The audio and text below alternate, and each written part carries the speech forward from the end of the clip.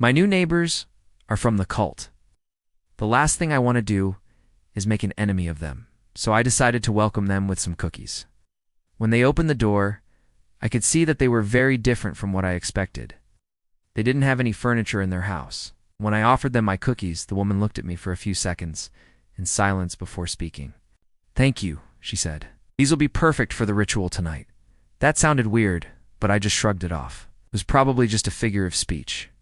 So I went back home, still not thinking much of it. Then later that night, I heard screaming. I looked out the window and saw the woman from next door dancing around a fire with her kids while chanting. I thought maybe I should get involved, but then I just decided to go back to bed because I had to wake up early for work. Then everything changed after the full moon. Started with small things. It's like I would wake up and there would be dirt on my pillowcases, or my sheets would be tangled up like someone had slept in my bed.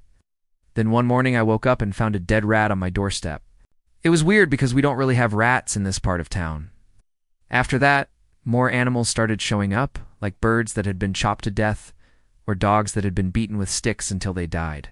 All of these animals Would be left on my doorstep or driveway. It was very disturbing.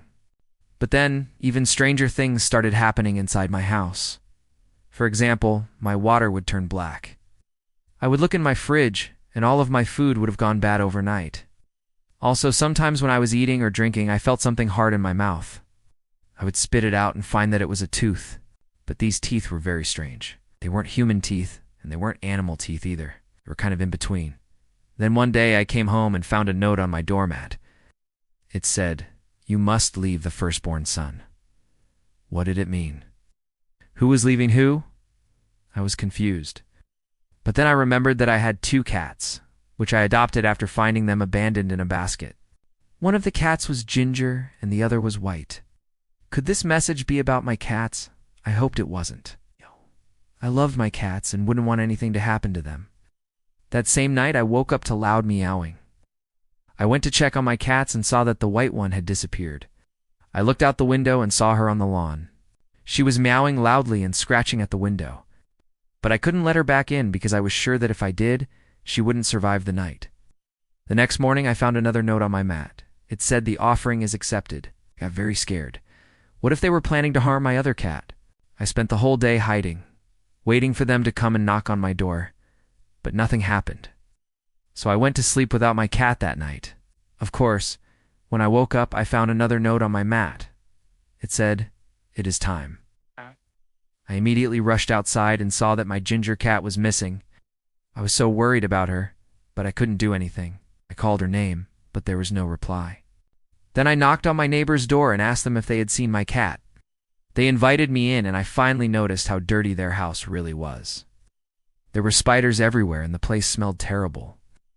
I told them that I was looking for my cat, but the woman just smiled creepily and replied, "She's gone now, but soon she will return." I didn't understand what she meant, but I was too scared to ask. I quickly ran out of their house and went to the backyard. And that's when I saw something that made me freeze. My cat's dead body was hanging from a tree in my neighbor's yard. I screamed, but no one answered. I tried to climb the tree to take her down, but I couldn't reach her because the tree was too tall. Then I found a ladder in the garden and brought it over to the tree. But when I reached up to grab my cat, a man grabbed my leg and pulled me down. I looked up and saw the man from next door staring at me. He had a sick smile on his face, and his eyes were filled with madness. "She's not yours to take," he said. I tried to free myself from his grip, but he was too strong for me. Then the woman came over and put her hand on my shoulder. "Don't be sad," she said. "She's just resting now." I struggled to get away, but they held me down until I stopped moving. I closed my eyes and waited for them to finish what they were doing. But instead of feeling pain, I heard the man say, "We don't have enough blood. This one's too skinny." I peeked one eye open and saw them dragging my body through the grass. They brought me over to a shallow hole, and the woman started digging frantically. Then they put me into the hole and covered me with dirt. I tried to scream, but no sound came out. I was buried alive. Suddenly the woman shouted, "It's too small. We need a bigger one." I heard them leave and come back with someone new. Then I felt a sharp pain in my chest and realized that I had been stabbed, struggled against the dirt trying to get out of the hole. Then I felt something wet trickle down my face. I touched it and realized it was blood. After what felt like hours, I managed to dig myself out. I was weak and barely conscious, but I had escaped. Then I passed out. When I woke up, I was lying in a hospital bed. A doctor approached me and said, "You were found by a hiker. Are you okay?" "No," I whispered. "They're coming for me."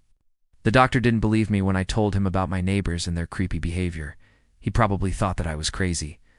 So when I was released from the hospital, I packed my things and moved out of that city as fast as I could. Even though I'm safe now, I keep having nightmares about those people. And sometimes, when I walk outside, I feel like they're watching me, waiting for me to make a mistake so they can strike again.